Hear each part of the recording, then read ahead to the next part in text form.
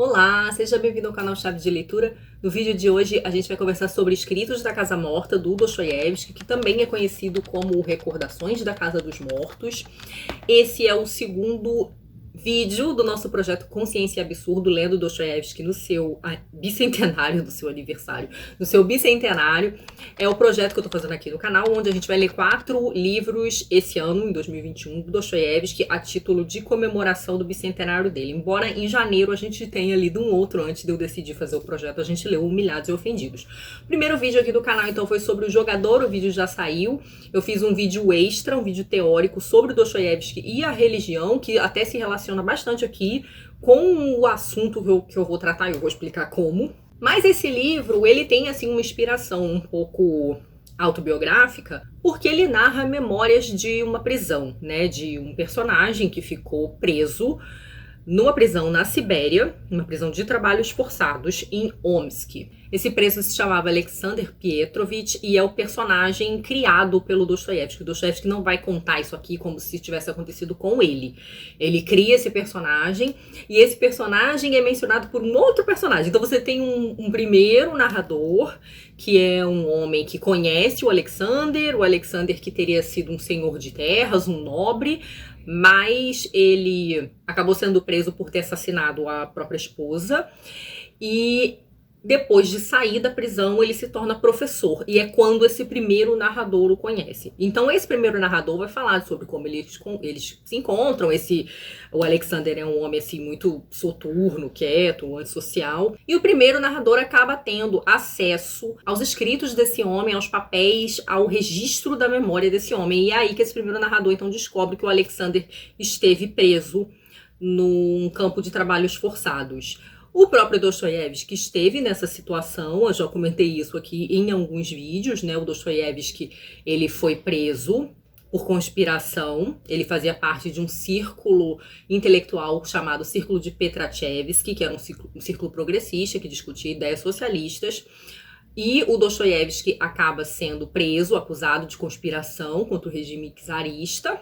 Ele é condenado à morte por fuzilamento, tem a pena comutada, e então, ao invés de ser fuzilado, ele é condenado a trabalhos forçados nessa fortaleza de Omsk, na Sibéria, onde então ele vai servir durante 4 anos. O Dostoiévski vai para lá em 1850, fica lá até 1854. Os escritos que teriam sido a base em cima da qual ele se inspirou para escrever esse livro, ele começa a escrever em 1852, na ala médica. Né? Ele tem assim uma espécie de camaradagem com o médico que vai deixando ele escrever e esconder essas memórias, esses registros, embora em outras cartas ele dissesse que estivesse fazendo uma espécie de arquivo mental também, e ele vai então se inspirar nessa experiência pessoal para escrever esse livro. Dostoiévski, ele teve ideia para vários livros enquanto ele esteve preso, não foi só para esse não, mas uma das ideias que ele tinha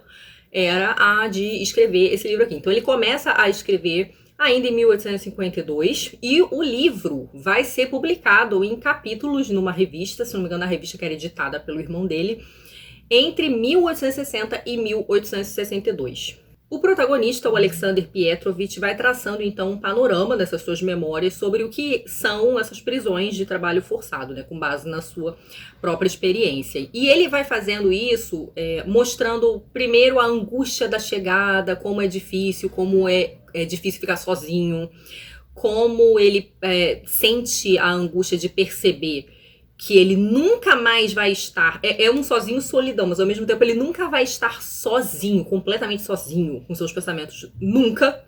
Sempre vai ter alguém junto dele, se não é outro prisioneiro, é um soldado, é um vigia. Então, essa nova vida de muito barulho, né, e muito contato com muita gente, em ambientes, assim, às vezes muito atulhados, né, tem várias experiências, não só do alojamento onde eles dormiam, mas, por exemplo, a experiência de tomar banho, que era muito rara. Eles passavam a maior parte do tempo sem tomar banho. Quando iam tomar banho era numa casa de banhos e a situação higiênica era deplorável.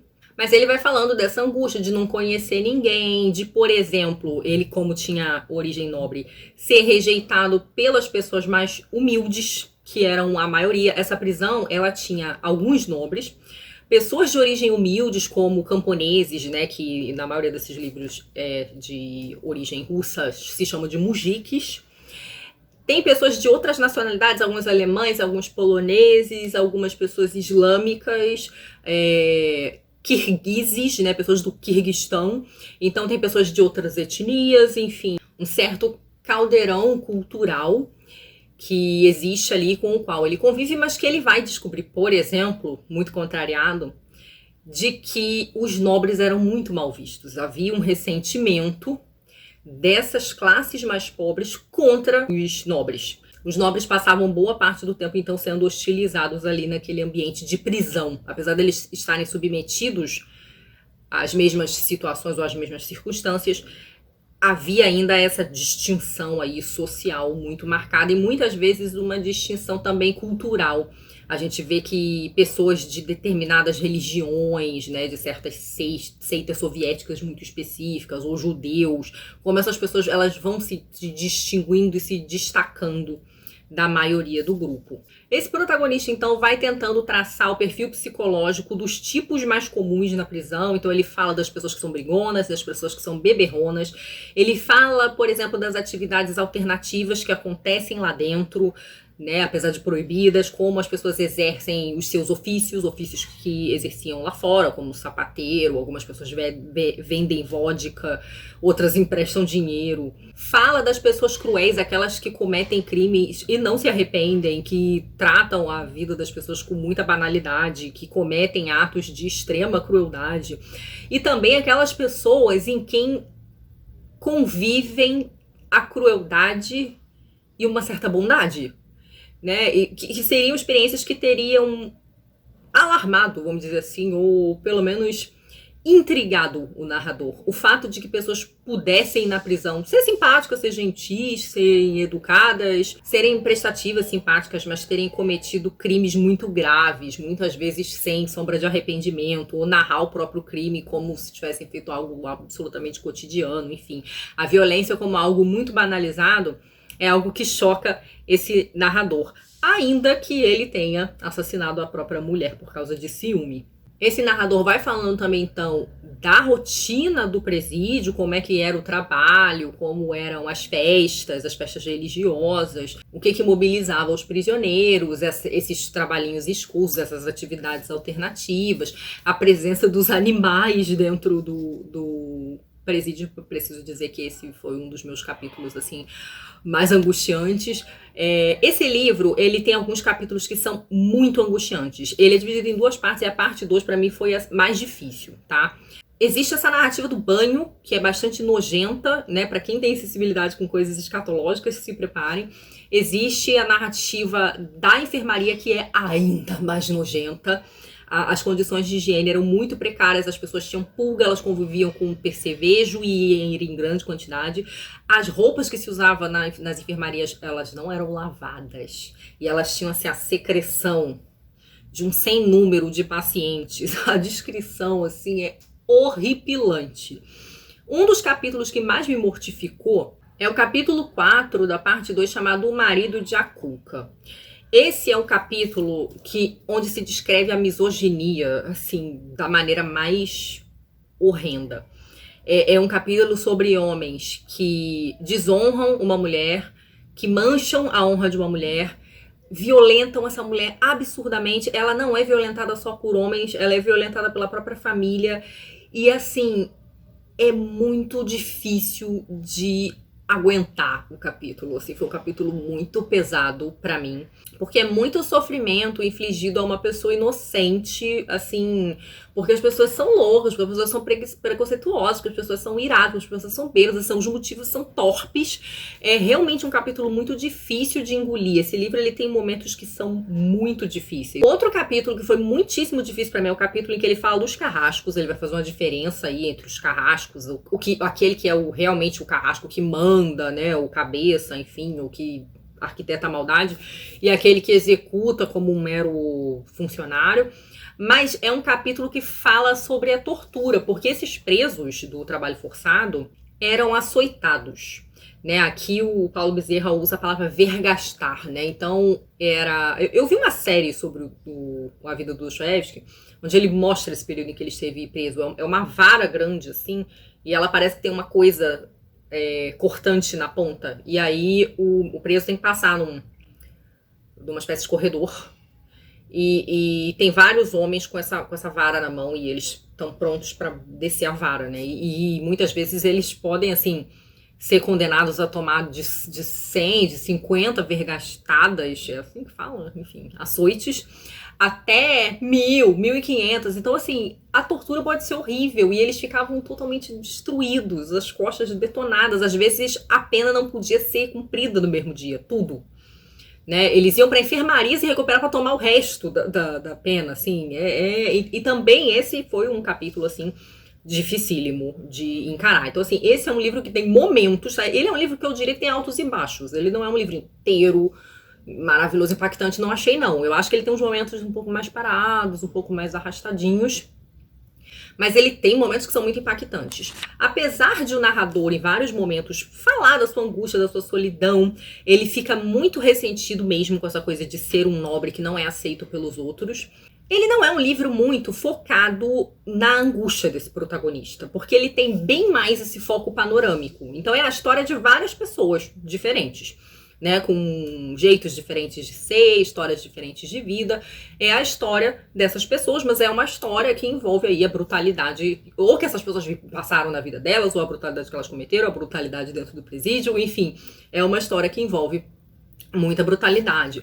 Mas, né, a gente sabe como é o Dostoiévski, esses escritos, eles vão enveredando tanto para uma abordagem mais psicológica, nessa coisa de tentar traçar um perfil, e em alguns momentos ele faz comentários muito interessantes, como no sentido da idealização do povo russo. Quem assistiu o meu último vídeo sobre Dostoiévski e a religião, viu que eu falei bastante disso. O Dostoiévski tem essa experiência de ter sido preso como muito determinante no seu processo de mudança, de conversão política e religiosa. É uma conversão meio misturada aí, o aspecto político e religioso. Ele fica mais conservador, mais nacionalista, e ele fica mais religioso. Embora o Dostoiévski sempre tenha sido religioso, com alguma variação da intensidade na vida, mas ele vem de uma família religiosa e ele é uma pessoa muito marcada pela figura de Cristo, enfim, pela experiência religiosa familiar, na igreja ortodoxa também. Ele tem uma espécie de retorno existencial filosófico a essa orientação na prisão, né? Então é um caso curioso de ter sido preso por associação a ideias progressistas e socialistas e por uma certa crítica ao como o regime czarista tratava das pessoas pobres, das pessoas que viviam mais dificuldade na sociedade.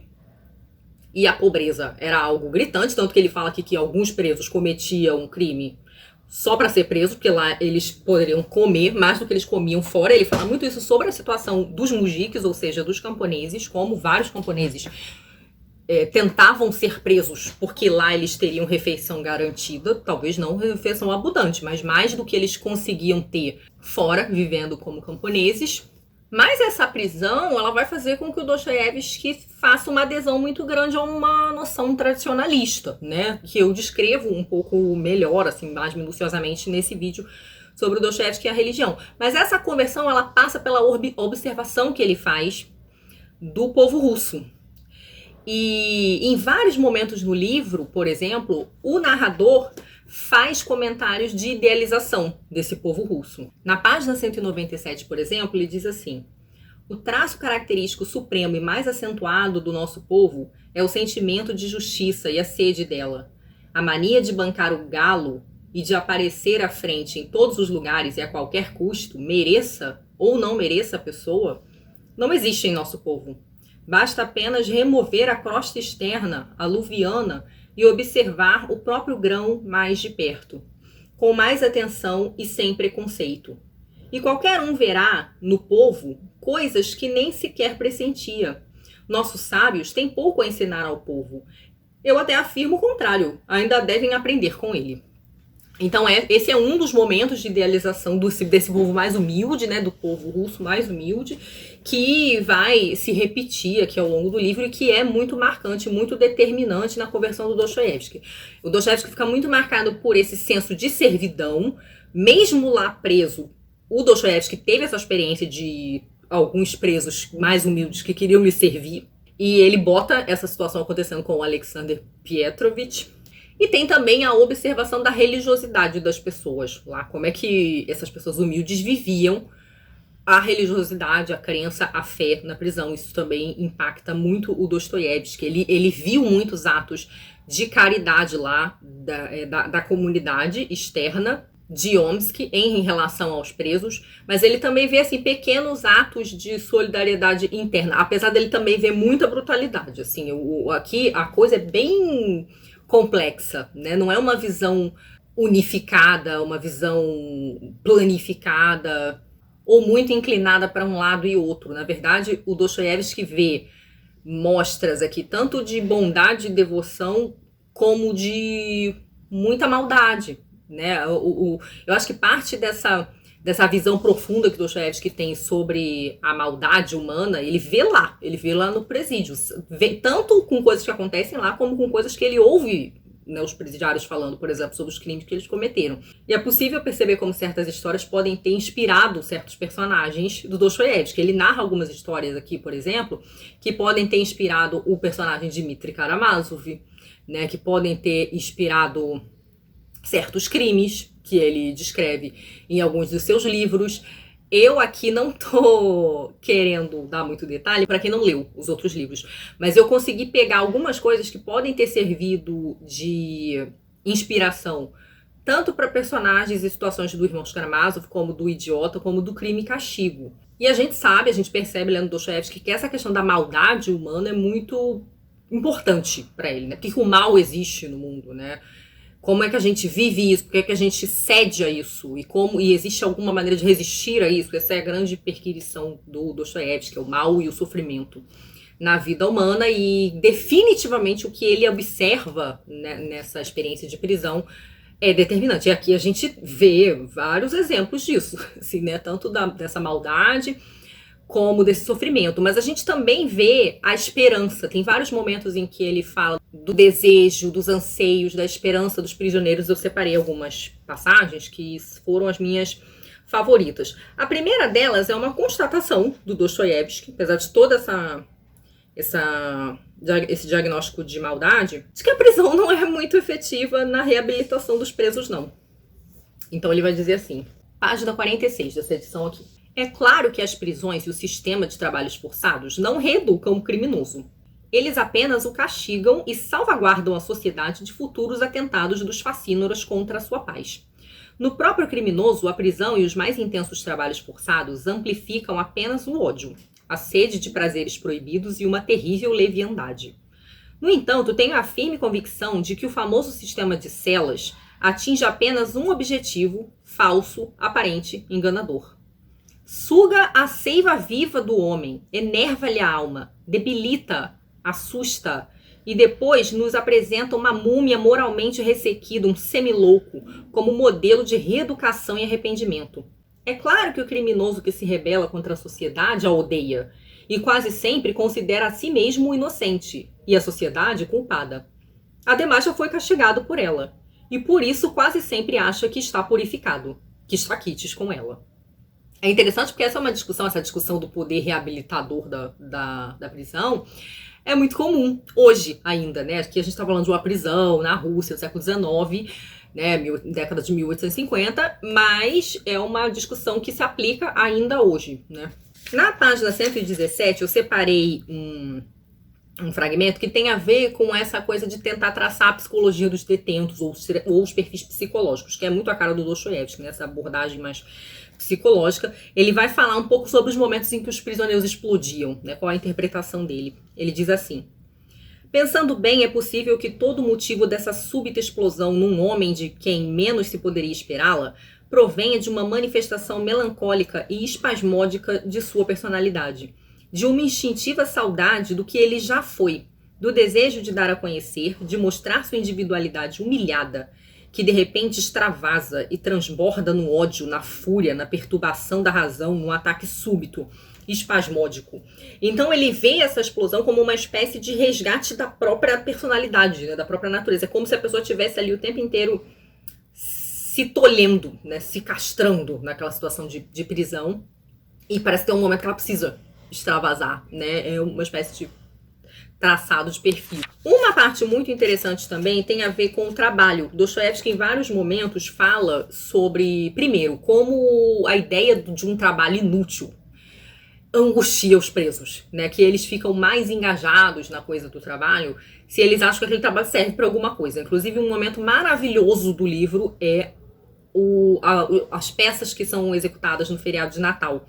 São peças que são organizadas, encenadas pelos presos e dá toda, assim, uma esperança, um sentido, um propósito para eles, porque eles estão sentindo que eles estão fazendo algo que vai ser bom, que vai animar as pessoas, que é lúdico. É um momento, assim, muito bonito no livro, esse momento do teatro, mas não é sobre esse momento que eu vou ler, não. Na verdade, eu vou ler sobre o trabalho, né? E aqui uma fala do protagonista sobre ele mesmo, em relação ao trabalho, que tá na página 138. Eu sentia que o trabalho podia me salvar, fortificar a minha saúde, o meu corpo. A permanente inquietação espiritual, a irritação dos nervos e o ar pestilento do presídio podiam me destruir totalmente. Ficar com mais frequência ao ar livre, cansar-me todo santo dia, habituar-me a carregar pesos. Quando nada, me salvo, pensava eu, fortaleço-me, saio daqui saudável. Disposto, forte, moço. Não me enganei. O trabalho e a movimentação foram muito úteis para mim. O trabalho, então, é descrito, não aqui nesse momento, mas em outros também, como essa atividade que ajuda a manter a sanidade, né? Talvez porque ocupe a cabeça dos presos e o corpo, eles não pensem tanto sobre o desconforto e sobre as suas desgraças, né? Que, dentre as quais estar preso faz parte, alguns deles com penas muito longas, outros com penas perpétuas, então era uma maneira ali de se ocupar e de ocupar a mente, né? Tem uma parte que eu gosto muito daqui, começa na página 154, que fala sobre o desejo de dignidade deles. De modo geral, todo tratamento desdenhoso, toda hostilidade irrita os de condição inferior. Alguns acham, por exemplo, que alimentando bem os presidiários e mantendo-os direito, já fazem tudo de acordo com a lei. E assunto encerrado. Isso também é um equívoco. Qualquer um, seja quem for, e por mais humilhado que se sinta, mesmo que instintivamente, mesmo que inconscientemente, ainda assim exige respeito à sua dignidade humana. O próprio detento sabe que é um detento, é réprobo e conhece o seu lugar perante um superior. Mas nenhuma marca de açoite, nenhum grilhão o faz esquecer que é um homem. E como é efetivamente um homem, logo é preciso que receba um tratamento humano. Meu Deus, um tratamento humano pode humanizar até mesmo aquele em quem há muito tempo se apagou a imagem divina. É a esses infelizes que cabe dispensar o tratamento mais humano. Isso é a sua salvação e a sua alegria. Então a gente já tem aqui uma visão do Dostoiévski, né? A gente poderia dizer na voz desse personagem, dessa preocupação espiritual. O tratamento humano como uma possibilidade de salvação. E isso me fez lembrar muito o livro do Primo Levi, né? O É Isso, um Homem, que é exatamente... O Primo Levi escreve sobre a experiência de estar preso num campo de concentração nazista, né? E é sobre essa experiência de ser reduzido a nada, né? A menos que gente. E ser tratado de modo totalmente desumanizado. E é sobre essa consciência que o Dostoiévski fala aqui. Sobre a consciência da profunda injustiça de ser tratado como menos que gente. Eu também lembrei muito do Amada, da Toni Morrison, que é um livro que eu reli esse ano, que também tem muito a ver com, e aí numa situação já não de prisão, mas de escravidão, de ser tratado como menos que gente, né? E da consciência dessa injustiça, de lhe ser negada coisas básicas do que um ser humano deveria gozar, né? Eu falei do momento do teatro como um momento muito bonito. Um outro momento que é muito bonito no livro pra mim é o da amizade dele com um cachorrinho, né? O Chablik. Ele faz essa amizade com um cachorro pro qual ninguém ligava muito direito. Inclusive, a relação das pessoas com os animais aqui é esquisitíssima, assim. Inclusive com os cachorros. Eu li umas partes, assim, quem não gosta de crueldade com bicho vai ficar particularmente sensibilizado com esse capítulo, porque é um capítulo sobre coisas que acontecem com os animais que por acaso vão parar lá e são, sei lá, adotados pelos presos, enfim. E aí isso inclui cachorro, inclui bode, inclui uma águia. A águia tem um destino menos pior, mas assim... Os cachorros e o bode, eu fiquei muito mal. Quem for ler e não gosta desse tipo de coisa, prepare-se nessa coisa da banalidade do mal, né? De como a vida dessas pessoas não valia nada, né? Não só das pessoas, mas dos bichos. Eu fiquei muito pensando nisso. Num espaço onde a vida das pessoas é tão desvalorizada, que valor pode ter a vida de um bicho, né? De um animal. Então é muito brutal, é muita brutalidade mesmo. Eu não diria que esse é um dos meus livros favoritos do Dostoiévski. É um livro de que eu gostei muito. Eu acho que o panorama que ele faz e as discussões que ele levanta são interessantes. Dá pra ver ecos do que vai ser desenvolvido depois e dá para entender um pouco da guinada que ele vai dar no seu processo de conversão. Então eu acho que é um livro interessante para quem como é fã do Dostoiévski e aí é interessado no trajeto dele, no trajeto intelectual que ele faz, do desenvolvimento, nas reflexões filosóficas que ele traz, que ele põe nos seus livros. Então eu acho que é um momento assim importante de ler da obra dele. Mas não é um dos meus livros favoritos. Como eu falei no início do vídeo, ele é um livro que tem um pouco de altos e baixos pra mim, embora ele tenha capítulos maravilhosos, assim, eu acho. E assim, às vezes os capítulos são maravilhosos pelo impacto, não necessariamente porque eles são alegres ou inspiradores, né? E esse é um livro difícil. Para terminar, eu queria ler um trechinho que nos textos de apoio a gente vê que tem alguma relação com a experiência do próprio Dostoiévski. É um momento em que esse narrador, o Alexander, diz que ter ficado preso sem poder ler nada porque era proibido ler na prisão. A única coisa que ele podia ler lá era o Novo Testamento. Ele conseguiu ler uma ou outra coisinha porque o médico da enfermaria ajudava e deixava ele ler assim, escondido, às vezes até mantinha ele na enfermaria mais tempo. Mas o Dostoiévski vai dizer que essa grande mudança que acontece na vida dele se dá em parte porque lá preso ele teve a oportunidade de pensar, de conviver consigo mesmo, de fazer meio que esse movimento para dentro. Porque ele não podia ler o que estava acontecendo no mundo, ele não lia jornal, ele não lia notícia, ele não estava acompanhando a literatura, também não estava escrevendo proficuamente, né, só assim escondido pequenos fragmentos lá quando conseguia ir para a enfermaria. Então, tem esse pedaço no fim do livro que fala um pouco disso que eu separei para ler aqui para a gente encerrar o vídeo. Está na página 341. Ele diz assim: lembro-me, por exemplo, que no fundo todos aqueles anos se pareciam muito uns com os outros. Passaram com vagar, melancolicamente. Recordo-me de que aqueles anos longos, tediosos, eram tão uniformes que pareciam água a escorrer do teto, de gota em gota, depois da chuva. Lembro-me de que só o desejo ardente de ressurreição, de renovação, de uma nova vida, me fortalecia para esperar e nutrir esperança. E acabei fortalecido.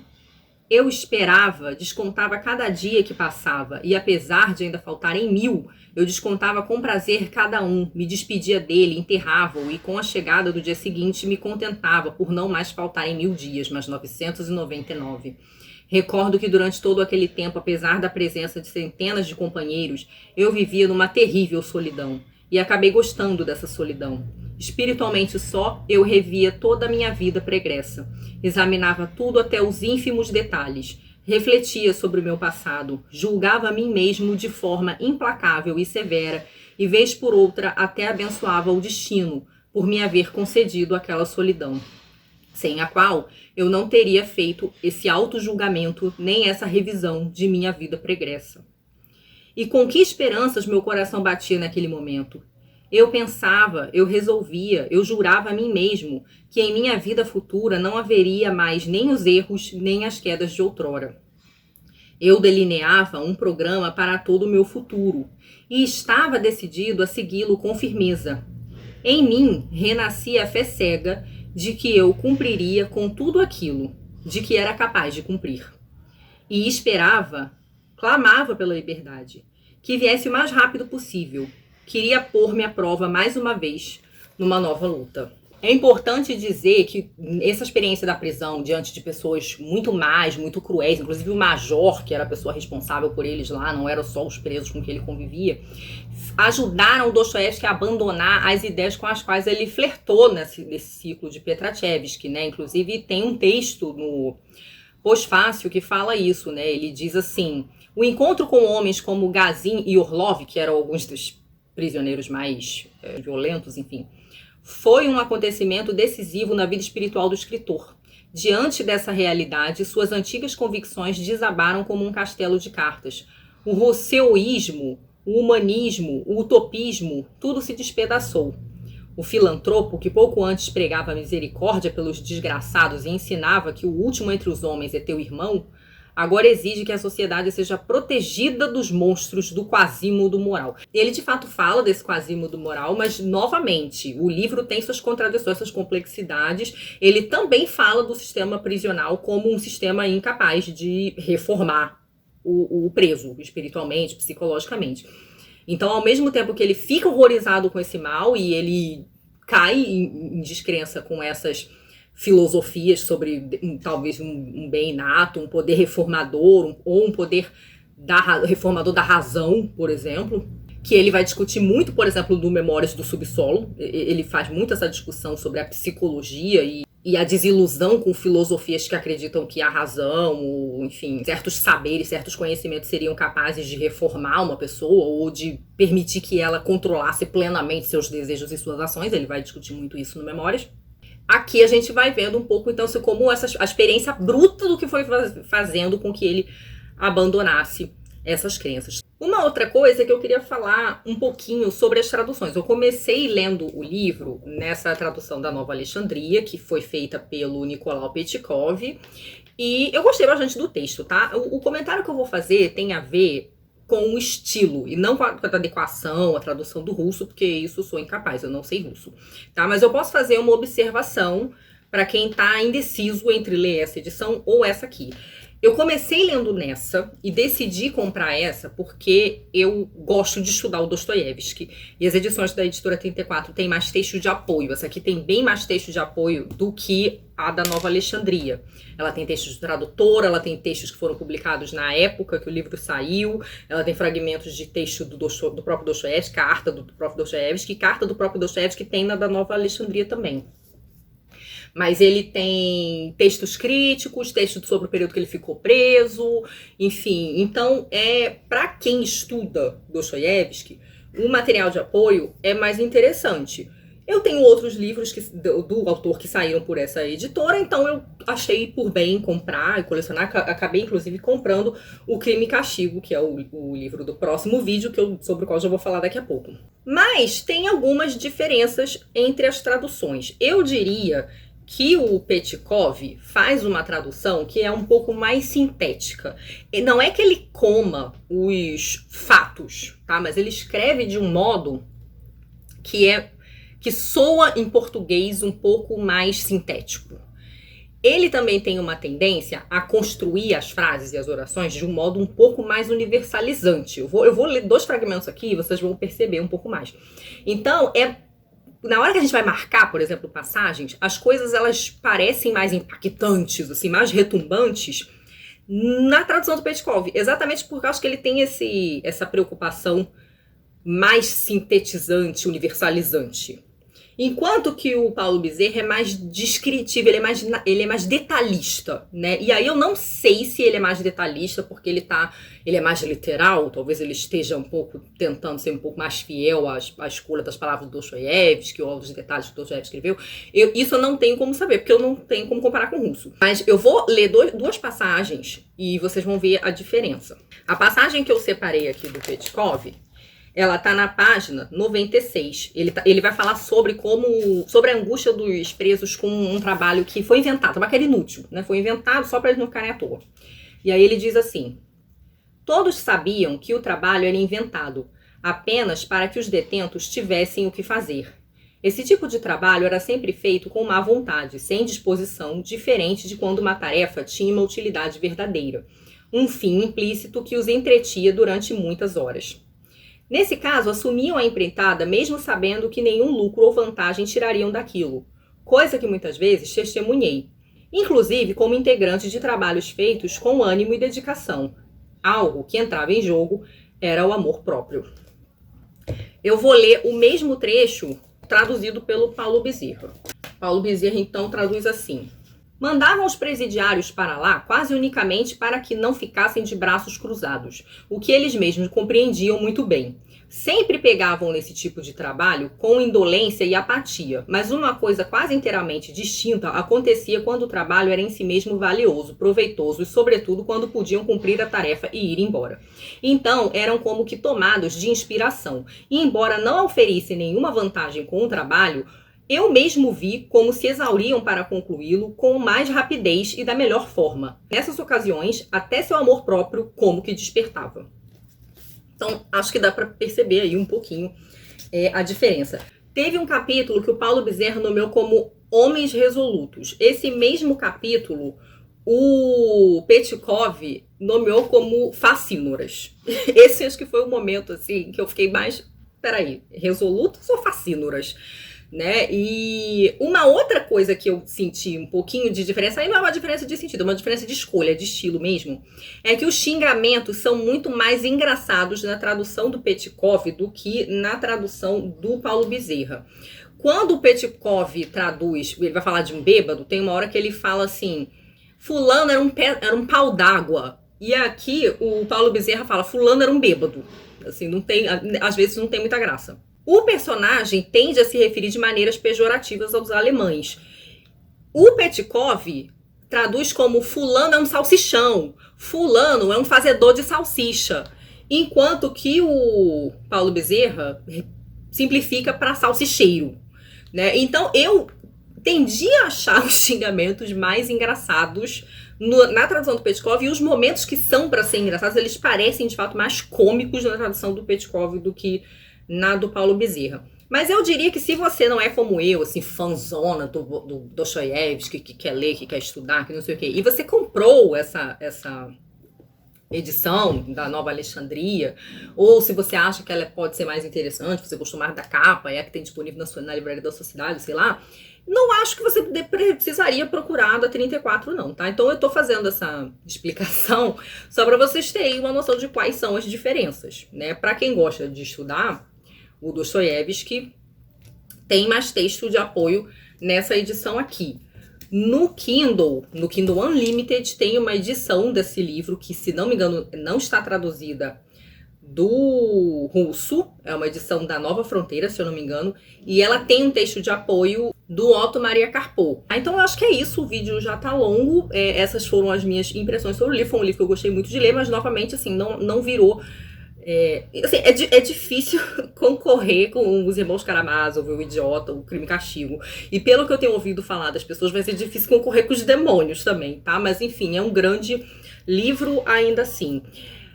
A nossa próxima leitura, então, é o Crime e Castigo, que eu tenho nessas duas edições. Eu acabei comprando, aproveitei uma promoção para comprar, porque eu não tinha o da 34, né? A edição que eu tinha mostrado para vocês no vídeo de apresentação do projeto é o da Todavia, que eu tenho em e-book, vou deixar a capa aqui.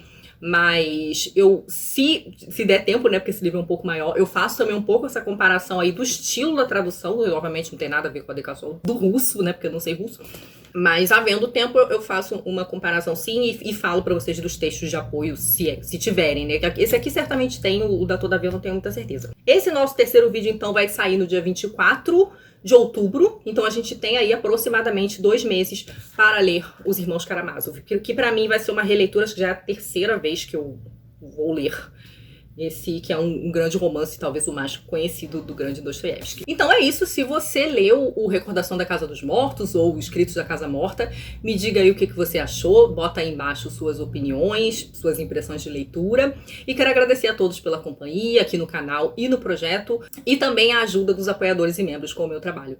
Beijos e até a próxima, tchau!